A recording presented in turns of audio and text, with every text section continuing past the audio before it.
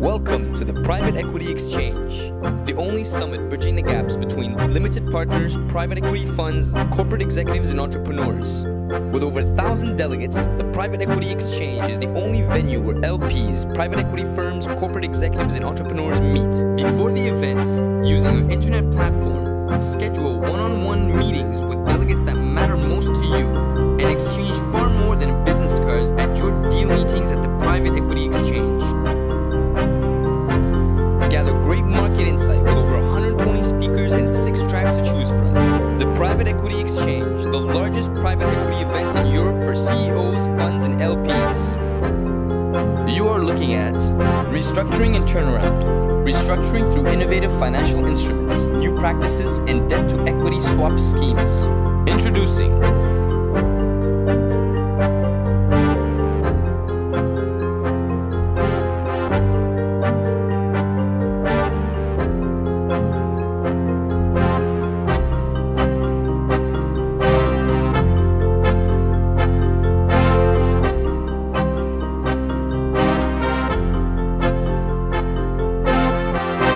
general topic is, of course, the new financial techniques that are being used in complex restructurings.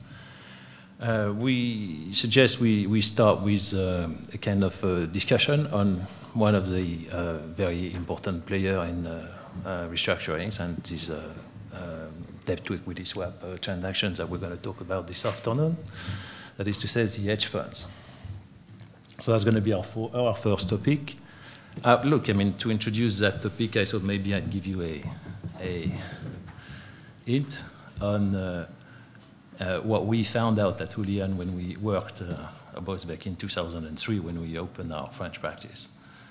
And we were involved on the restructuring of Bull, the very well-known French software and computer company. And so we were advising the ad hoc committee of bondholders that had set itself up for this purpose. And we had a pretty difficult task, which was to get in touch with a very French environment, that is to say the company itself, its main partners, and also the French government, who was a pretty important creditor of the company, because they did own a 450 million amount of debt on the company, and we were advising 200 million of convertibles on that one. And the feeling that we had when we started this assignment was, first of all, the feeling of a great cultural shock with a series of 25 years old London-based with strange names and strange company names involved in a committee and having to enter into discussions with the Trésor and the French state and the company. And the feeling was really the one of a great, again, cultural shock. And if I was to summarize the kind of attitude of the two parties at the time, I'd say the Anglo-Saxon / hedge fund approach was really to say things that look so, stupid today. Like, for instance, not a penny for shareholders as long as the debt has not been repaid in full, which we continue to use as a joke in 2006. And on the other hand, there was the very, again, local French institution behavior, which I summarize sometimes in another form of joke, which is to say the shareholders, and especially the minority shareholders or the retail shareholders or whatever, are the ones who have taken a significant amount of risk in investing in this company. And therefore, in a distressed situation, they have to be protected, which is another very big contradiction that we find sometimes in the behavior from French shareholders in a restructuring. And looking back 2 or 3 years later, these two different approaches, or I would even say, concepts or beliefs, still are there. But I found, and maybe this is the way to, again, you guys introduce the topic, I found that there has been a pretty significant evolution on both sides. And just to recall on what the CEO of Eurotunnel told us this morning, the way that complex restructuring seems to be unfolding in France these days is more like the search of a kind of balanced equilibrium between the various layers of capital, with ultimately restructuring or transaction structures which leave some room to shareholders, and with some kind of acceptance, maybe with reluctance, but acceptance from the creditor groups with a more Anglo-Saxon culture. So maybe, Richard, you want to tell us a little bit your views on that? Probably not very good for a panel discussion for me to start off by agreeing. But I do agree with that. I think in an Anglo-Saxon context, I mean, like François, I can look back several years to deals like Colt Telecom in the UK, very aggressive litigation in the courts. More recently, My Travel, Jarvis, some of these transactions in which François's London colleagues may have been involved, with a tremendously litigious, aggressive attitude, probably playing to the market in terms of the financial outturn rather than actually looking at the substantive assets. But I think what we've begun to see in London is the sort of the loan-to-own culture creeping in. I mean, hedge funds are actually taking positions with a view to asset ownership, possible exit deals for enhanced value down the track, a slightly more long-term approach, which in turn means, at least in my experience, a slightly more constructive, participative engagement in the workout process, rather than simply examining the financials to see exactly where they can make a margin on a particular aspect of a deal. So I think, again, to agree with François, I mean, it seems to me that there is a sort of a maturing of that process, a balancing. I mean, as we all know, the leveraging of these LBO deals has now left us with layer upon layer of debt and committee upon committee. And so it is getting increasingly complex to marry together the different interests. But in a strange way, I think that has actually got people more focused on exactly where they rank in the priorities, exactly how the intercreditor priorities work out. And I think a lot of the discussions nowadays are more informed and just more intelligent all around. And I think from a more maybe technical point of view, it's interesting to see why they can afford to take a long-term view. I mean, it's just that hedge funds and funds in general, they are mark-to-market. So really for them, it's a pure financial reasoning in terms of value today and a perception of future value of an investment. So which is to say that the actual act of selling, potentially, is not a P&L event. So they can afford to stay in an instrument that has exactly the same impact on their P&L as whether they sell immediately. So this is to say that they are natural buyers in a distressed debt market. And it's interesting to compare the natural sellers, which is more the commercial banks. Commercial banks do not today mark to market. So their reasoning is impacted by other criteria like provisioning, like pure capital allocation, sometimes relationships. So they will be concerned with yesterday's value as well as tomorrow's value, as opposed to the hedge fund which marks to market. So here you have a good match between the two, where you see that as the debt instrument gets distressed and starts to take on some equity characteristics, well, then you'll see a natural transfer from one group to the other. In my experience in the last 3 years, in France, I think it's true to say that the bigger LBOs are becoming far more complicated in terms of structure. So you'll have big instruments, high-yield instruments, mezzanine, senior debt, junior debt, and equity. In fact, from the outset of those deals, the funds generally are usually very heavily implicated. And in fact, once the deal's been underwritten, it may well be syndicated to a whole raft of funds and not just to senior banks or financial institutions. And there's no doubt that there's been a tendency in the last few years to see throughout the whole value chain, going from the date upon which financial instruments are made available to a company to the date in which a company gets into financial difficulties, more and more funds, as Jan was saying, once a company breaches its covenants, often the debt's traded, it's traded down to funds as opposed to banks for the reasons which Jan has just espoused. And the one thing I would like to say is that in the dealings that we have had when we've generally acted or typically acted for the senior debt, which is a role we've usually played on most of the restructurings in which we've been involved.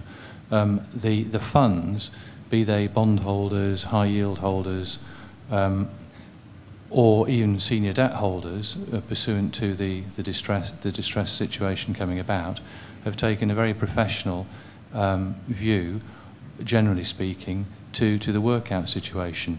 They're far more present than they used to be in the French market in distressed debt deals. They do take a professional approach to workouts. They do want to have value for money, and it seems to me that the approach in the French market has shifted away from what I would say is the traditional bank debt approach, which is we've made our provision, we want to restructure and get our money back over another 2 to 3 years and make sure that we have a good security package, to a position where the funds are saying, well, that's not good enough. We want to get value out of this transaction, and we think that there are alternatives, and the funds are prepared to take positions in equity, which the banks generally aren't prepared to take, or alternatively to convert some of their debt instruments into mezzanine instruments for the purposes of getting the restructuring put into place.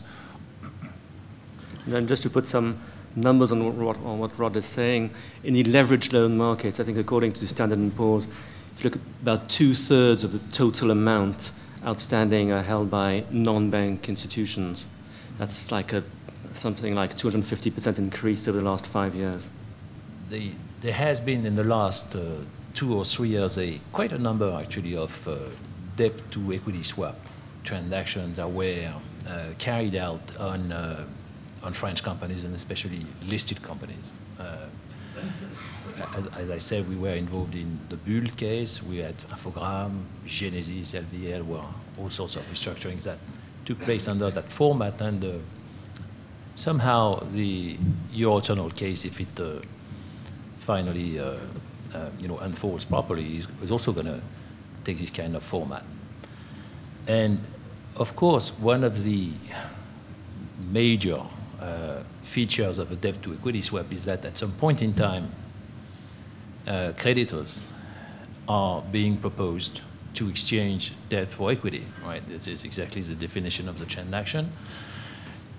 And therefore, the deal can only work to the extent that creditors are prepared to take this kind of instrument. And one of the things that probably hedge funds and more broadly Anglo-Saxon kind of investors are bringing to the picture in France is that they are prepared to take this kind of instrument. So that involves a number of questions. First of all, they have to be allowed from their internal rules to do it, which is not really the case for French banks, for instance. And B, they have also to be prepared to accept, in terms of, I would even say, accounting or measuring their own performance, to accept this instrument and eventually to keep it, the time that it takes for the value of the value added by the restructuring process to actually, unfold into the market prices. And therefore, it is overall, I believe at least, and maybe you guys can give us a comment on that as well, it's to the benefit of the industrial or the economic environment that these kind of investors can actually intervene. And just to come back to the Bull case, which I think really was a great example. For a company that has been in complete distress for so many years, or has been so many distress phases in its existence that it has become a kind of reference or basic benchmark when you talk about restructuring in France. For a company like Bull to actually, in the space of a couple of months, switch from a financial situation where there is, 25 or 30 million of EBIT here to serve, 650 million in debt, which is a totally distressed situation, right? To a situation like 6 months later or a year later, where the same company with a little bit improved operational result has no debt left on its balance sheet and actually some cash cushion available for future growth or development is a great is a great possibility for the economical environment. But this is at the expense of accepting the fact that some outsiders are going to, at least for some point in time, acquire a significant position in the capital structure of the company. Well, as you say, François, that's the nature of a debt equity swap. I mean, the issue has always been how much can one legitimately rescue for the existing equity holder when you've got a company which, were it not for that debt equity swap, might well be heading into some insolvency process. And I think it is right that the role of the hedge funds has shifted here. I mean, clearly there was a time at which one was negotiating with known bank relationship parties and committees where you actually had a tremendous familiarity, a track record with these people. The hedge funds were a new factor a few years ago, less so now. And I think now the equity swaps that we've been involved in certainly have effectively been based on full transparency, a reliable legal analysis of all the priorities to really work out on a breakout value how people would have been treated in insolvency, and to work back from that to say, given that we're trying to avoid an insolvency, what is the fairest way to divvy up what is left of the company going forward? And as I say, the most painful part of that is rescuing something for the existing equity. That at least is the case where one's conducting these negotiations in the full glare of publicity, as in the case of public listed companies.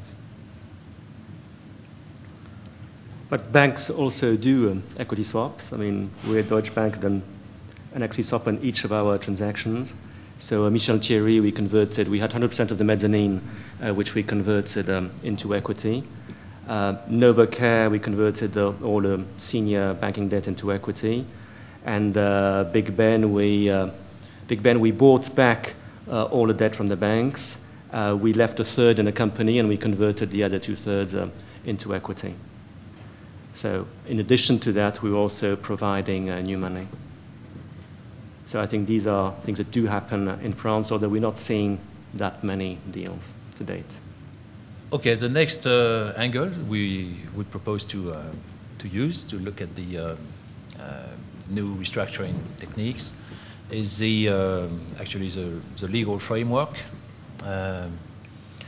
We're all aware that we've had a pretty dramatic change in the legal framework for restructuring in France recently, since the inception of the loi de sauvegarde. You know, as an introductory comment, maybe we've actually, when we opened our activity in France, we had a number of discussions with the French Minister of Finance when this minister was still in discussion with the Minister of Justice to kind of put together this new law, and of course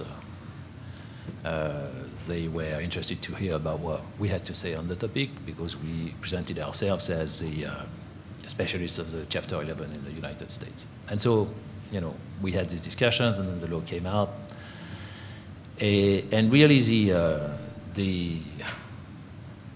I guess one of the things that is interesting in this law, although it is still not perfect and still has to kind of mature a little bit, is that presumably it is going to create at least a forum for discussions and negotiations between the various stakeholders that did not really exist before. Yes, there was the mandat ad hoc,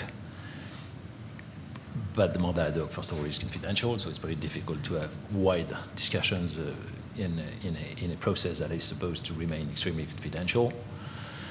And so there is some hope, at least, that the new loi de sauvegarde is going to provide this forum. And of course, when you talk about debt-to-equity swaps, but when you look beyond debt-to-equity swaps, what is exactly a restructuring? What is the ideal way to conduct a restructuring? A restructuring for a company that is in a distressed situation is really something that hopefully is going to take into account, or at least listen to the voices of all stakeholders involved, and not only financial stakeholders. We're doing a significant amount of work in the automotive supply sector, for instance. In the automotive supply sector, there is no doubt that if you conduct a restructuring, a financial restructuring of an automotive component supplier without talking to the client or the customer, one of the big car producer in France, it is very unlikely that you're going to be able to achieve a proper or wise view of what the future of the company is going to be. Right. So this environment is a forum, and this forum should enable the discussions between the various stakeholders, and through the discussions with the various stakeholders is going maybe to come out some kind of sophisticated, from a financial or technical or legal standpoint, restructuring that is going to serve the interest of all stakeholders. I would be very keen to have comments from my colleagues on, has that started to be achieved through the new law, or is there a chance that it would be achieved at any point in time? And maybe also what are the improvements that should be brought to the law in order to really enable these discussions to be successful. François, if you're passing the mic to me, then you're passing it to the wrong person, because of course I am the one person on the panel who does not know much about safeguard. But I'm very interested to hear what everybody else has to say. What I would say is that I think the UK has been leapfrogged by France in this respect. I mean, I think the UK, in the Enterprise Act a couple of years back, tried to introduce a rescue culture by providing for an administration procedure which was based on rescuing companies as a going concern. That was the stated object of administration. It was trying to rebalance a creditor-friendly culture to step towards a Chapter 11 environment. And I think the simple truth is that has failed in the UK.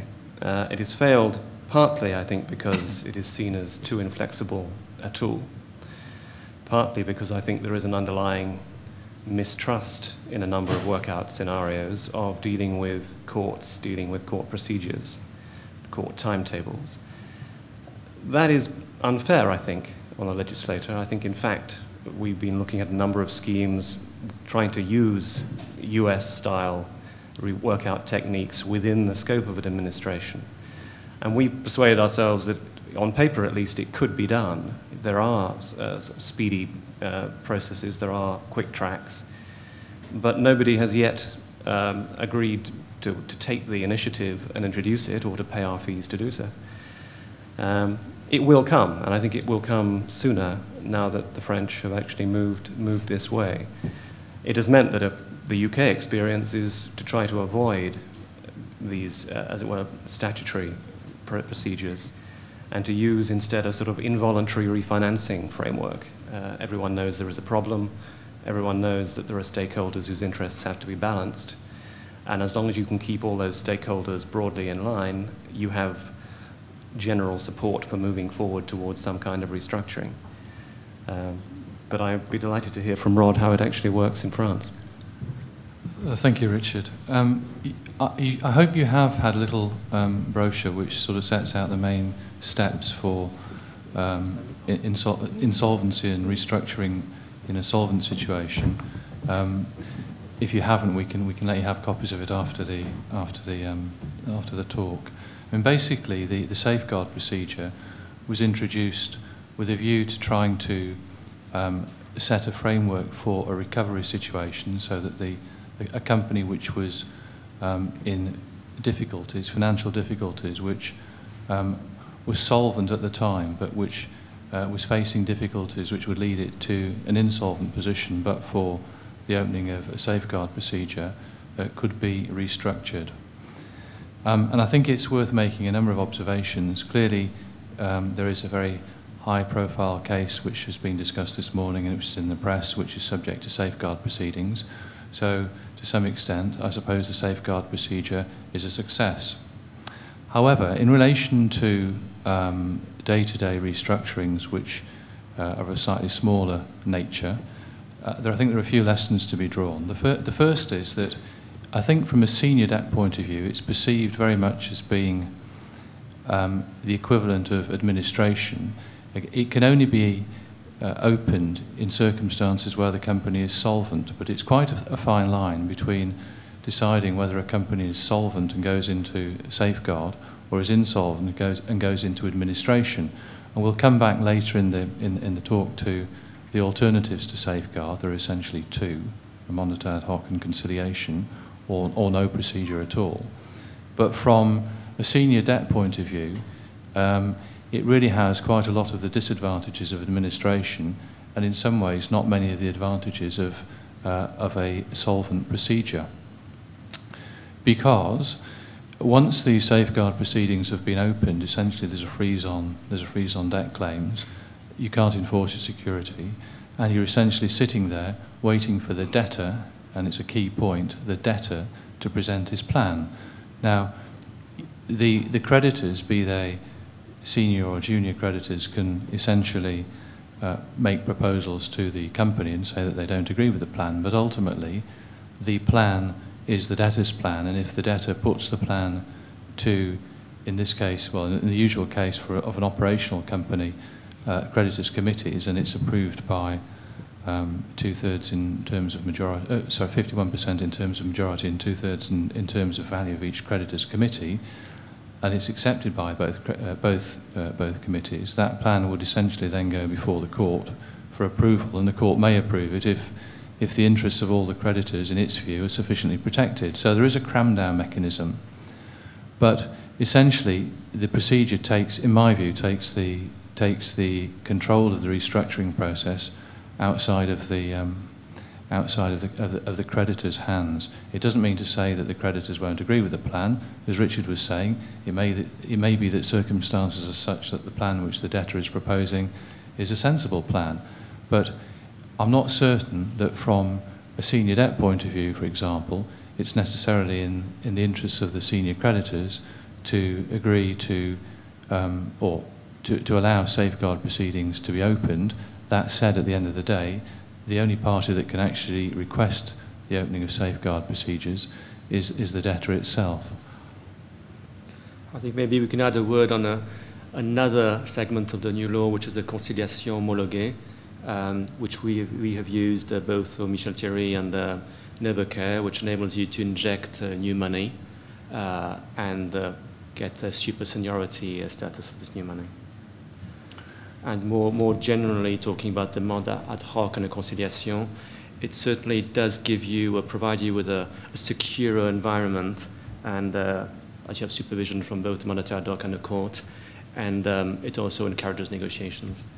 I mean, the typical way in which most French restructurings have taken place, absent public companies, in which Richard and I have been involved in, is the mandat ad hoc, which is a procedure which is available where a company is solvent, and the mandat ad hoc is given a specific mission, essentially to try to get the creditors to agree with the company some form of restructuring.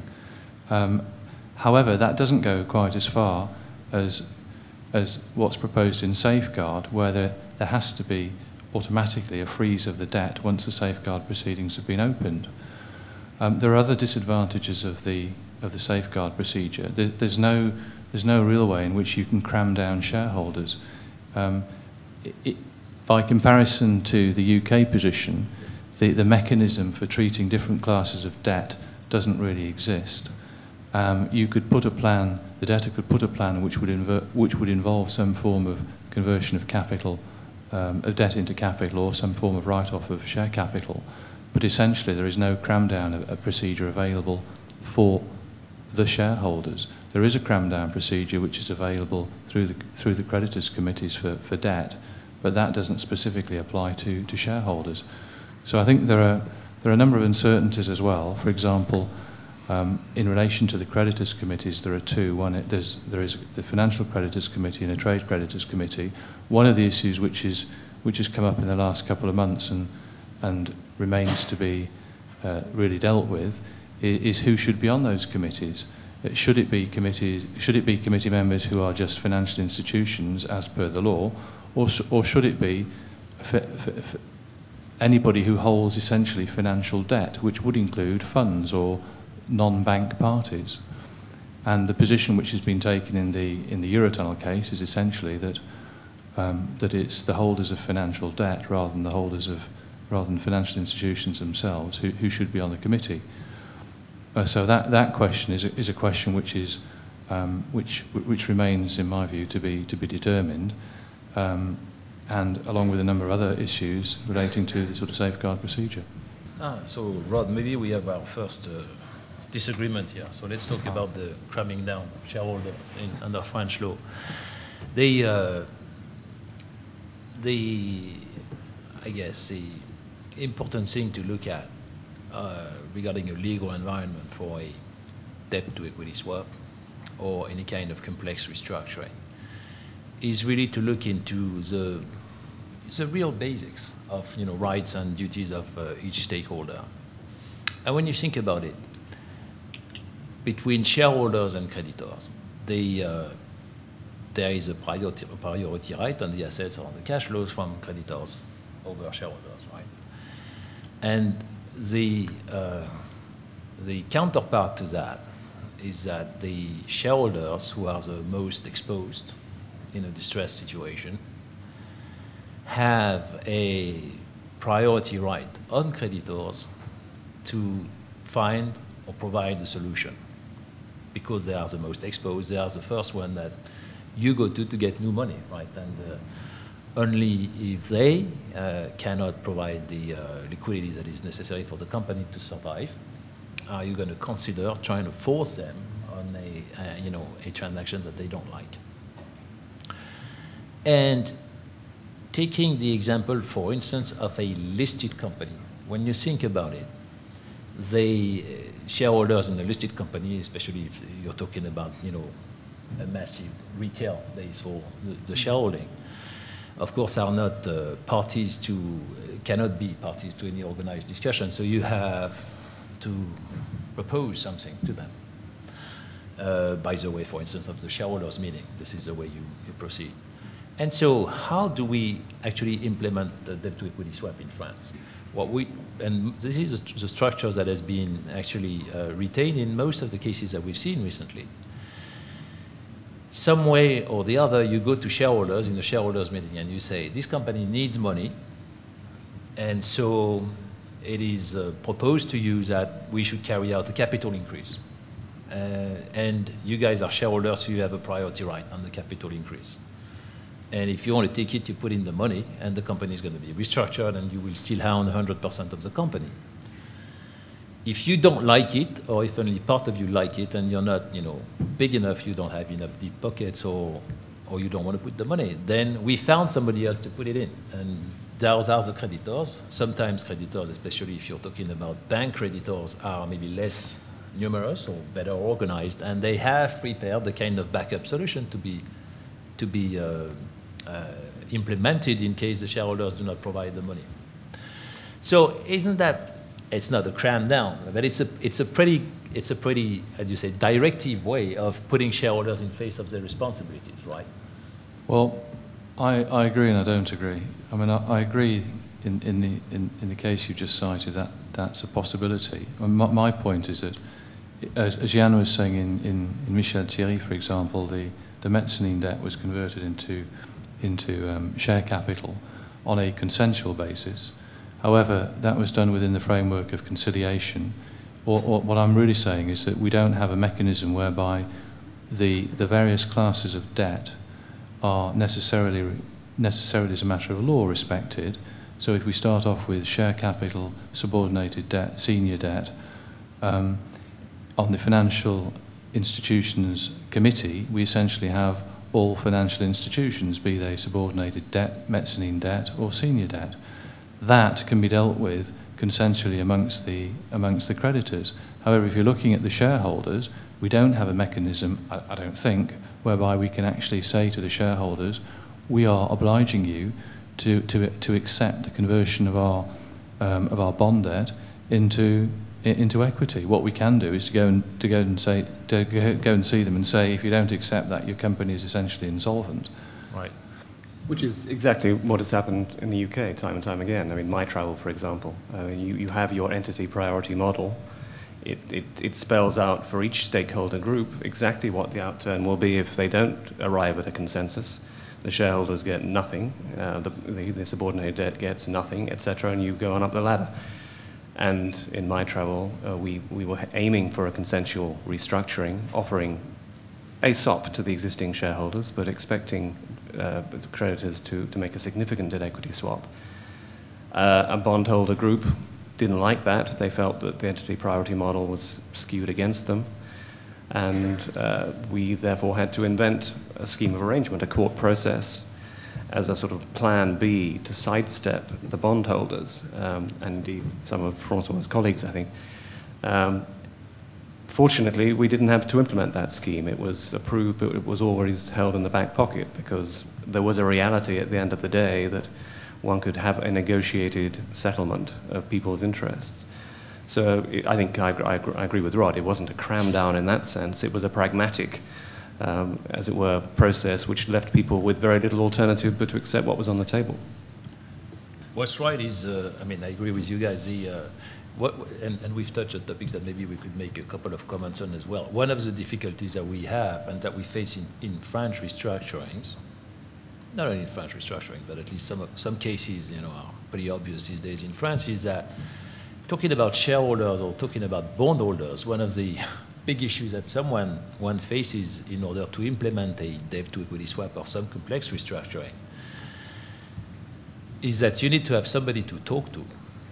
And you know, there's no way to get a restructuring agreed if the guys don't show up at the shareholders meeting or don't show up at the bondholders, you know, meetings that is called. And I mean, you guys have seen the very vocal call from the CEO of Eurotunnel this morning, because his concern today is to have, you know, people showing up at the vote on the 14th of December, bondholders coming to the vote, you know, disregarding what they're going to vote for or you know, in favor or against of the plan, but at least that they show up. And we had the case as well on Infogram where we had to call actually 3 shareholders meeting before we reached the quorum in order to get the transaction or the restructuring approved. So that's a pretty tough item, especially again, on listed companies or on companies who have a bond, you know, issued. Right. I mean, we probably still have a little bit of time to talk about the how feasible are, you know, restructurings nowadays in light of the market prices that we see, right, on the secondary debt market, which sometimes can reach pretty high prices. Let me make a comment. A little bit chauvinist comment on that one.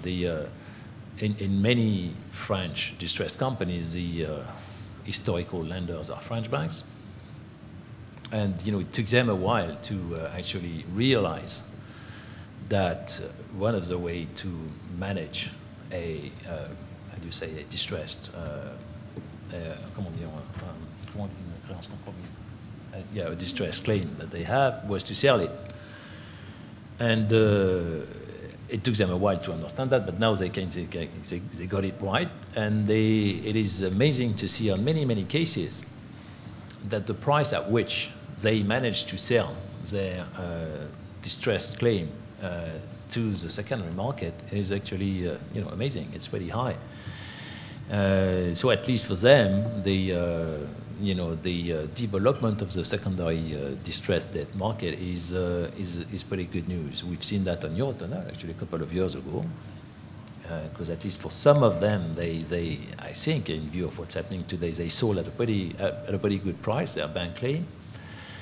And it's also the case on, you know, many of the situations that we see today, especially in the early stages, that is to say when the market only becomes aware of the fact that there might be a problem with the company, and the discount that show up on the market are, you know, significant discount, but nevertheless prices remain in the 80s or 90s before they go down to 60 or 50%. And so, of course, that makes, you know, the achievement of proper returns for those who have bought that debt pretty difficult. Maybe we're going to start with Jan this time. I would say that as an investor, I mean, it's incredibly easy to lose money. When a company becomes distressed, obviously, most of its value goes into debt, and you no longer have any equity cushion. So any variation of value of the company as a whole is directly impacted into debt. So your debt is taking on, again, equity-like characteristics, but it's not equity. And as Rod said, basically, you're holding this instrument, but you have no real control on the company. And lots of things can happen to you. I mean, you can be extended over 10 years, you can be crammed down, and whatnot. On top of that, when you buy debt, typically you have not been able to do a due diligence. And finally, the general rule is things are always much worse than expected at the end of the day in these situations.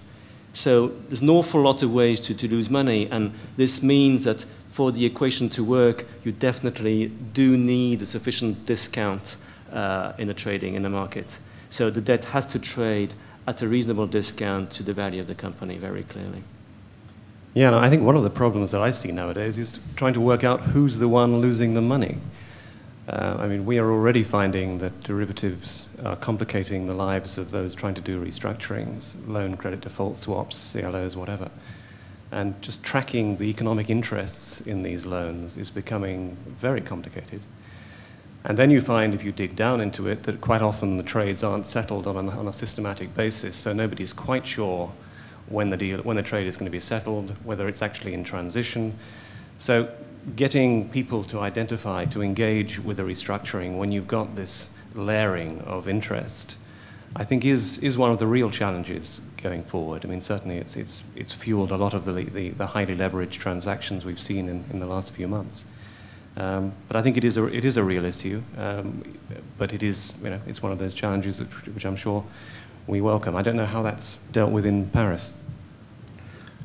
I agree with Richard on this. If you look at the safeguard procedure, it's essentially a six-month period, which could be extended once or twice, in fact, if the public minister agrees to it.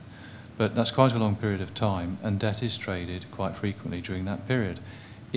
That puts the company and also the senior creditors in a relatively difficult position in terms of knowing who holds the debt, and it makes life more difficult compared with, say, a standstill outside of a procedure, an insolvency or a solvent procedure for restructuring. It's actually much easier to deal with that if you simply have a standstill agreement and you don't fall within the regime which the legislation sets out, and you can deal with that on a contractual basis amongst the various parties. It's true that of course the market prices that we find nowadays is mainly the result of the immense amount of capital that is trying to employ itself in restructuring situations. I mean, we have many people from I think l'environnement juridique in France attending today, and it is true that coming back to the procedure de sauvegarde, for instance, when an administrator takes a sauvegarde situation and is trying to find a solution for the company and has, say, 6 months to do so,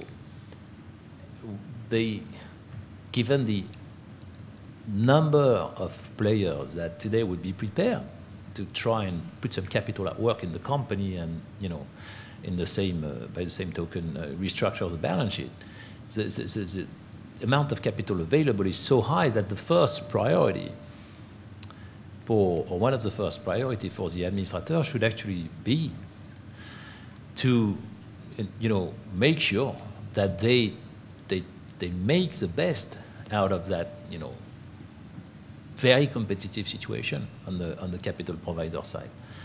And it's of course an idea that we have tried to put across to the administrator community in France, because by the same token they would need advice to do so, and we would be prepared to help them. But the idea is only slowly, how do you say, going across, right? It is still a little bit in the culture to start the discussions or start the work and do the work a little bit in sequence. That is to say, look at the operational aspects of the company, talk to the management, talk to the shareholders, and so on and so forth, and put everything in sequence. Whereas it would be maybe more useful to try and address this potential capital provider base early in the process. I don't know if you guys want to add something. I'd just like to add something to that. I think in terms of the safeguard procedure, the time limits are such for the debtor to present a plan. It's basically 2 months from the date on which the creditors committee has been appointed. That by that time a business plan needs to have been set up by the company, and in fact in practice it's very difficult to respect these timetables that are set out in the law. I mean, we're talking here about prospects for workouts of complex deals. So imagine we've got 4 different types of debt, including sub-debt. The debtor has to come up with a business plan which will accommodate that, and then come up with a plan within that 2-month period, which is put to the various parties, and the creditors in particular. It makes life quite difficult in practice to do a restructuring on a sensible basis. In other words, the restructuring process is being driven in some ways by the time period set out in the legislation, rather than actually being driven by, say, a consensual agreement amongst all parties that time needs to be given to do a professional job, to get a business plan up, which everybody can look at. Don't forget that in the safeguard, the plan is the debtor's plan, and the administrator is there solely to facilitate the safeguard procedure. The administrator has a role, and his role is basically either to oversee or to assist the debtor, but he has no real role in the procedure. That at the end of the day, the plan will be the plan that's put by the debtor. So again, the creditors, be they junior creditors or senior creditors, will essentially be faced with having to vote on the debtor's plan.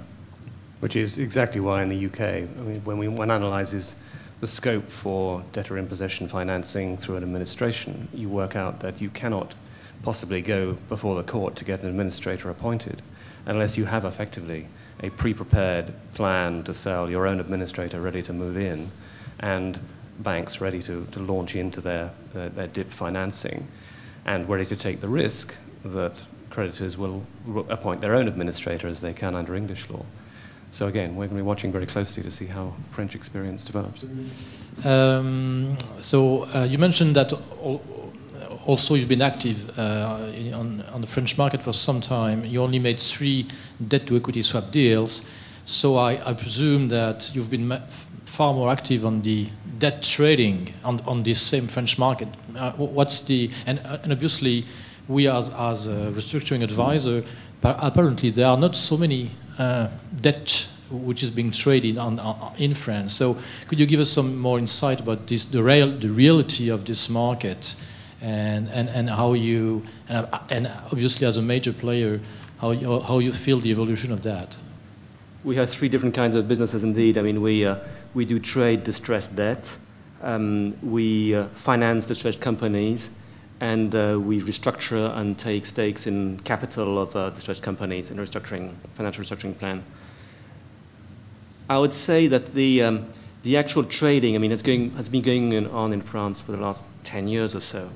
I mean, a well-known company like Eurotunnel, I mean, has been traded for years and years. That's one point. The second point is that the actual restructurings, I agree with you that there's very few. I mean, it's true. I mean, I don't know where they are. I'm certainly eagerly looking for some. I found 3 in the last 15 months to do. The problem is that you are an investor, so obviously you're not a charity. At the end of the day, you need to make money, and you want to go already fundamentally in a situation where you believe the company can be turned around. That's before entering any kind of negotiations or whatever. So it is indeed a question of probably perception is of a lot of money indeed chasing relatively few situations. Coming back for trade, even if it's not my business, but from my view on the trading, we've said that they are natural liquidity providers in the market. I mean, we mentioned the hedge funds on a kind of the buying side. We could mention CLOs and so on, let's say the non-bank entities, which could be at sometimes natural sellers in distressed situations, because they too mark to market their positions, and usually they do not hire a workout force. So when they encounter a distressed situation, either have to hire people to manage a situation, and if they don't, well, it's easy for them to sell because selling is not a P&L event because they're mark to market. And finally, the third part are the banks, which are natural sellers in terms of an active management of the credit portfolio. And this should become increasingly true. I'm sure you've heard presentations maybe this morning on Basel II. If you look at the BIS requirements following Basel II, in some instances, it'll be like 8 times more expensive for a bank to hold a distressed situation. So they will have to arbitrage between how much it costs them in terms of remunerating this capital allocated to this particular situation versus what price they could get in the secondary distressed market. It is true that I mean, take the case of Eurotunnel, for instance. The last restructuring of the balance sheet dates back like what, 8-10 years, and since that date there has been a lot of trading on Eurotunnel's debt, and and for some of it on distressed debt. So isn't that in the nature of things? It's a little bit like if you make the comparison with M&A, for instance. There is a lot of equity trading around the world every day. Huge amounts of money change hands, and from time to time there is an M&A transaction or a takeover or a merger. It's pretty normal, isn't it? It's just another segment of the capital markets that is progressively shaping itself up in the same way as the equity market or the non-distressed debt market have done in the past.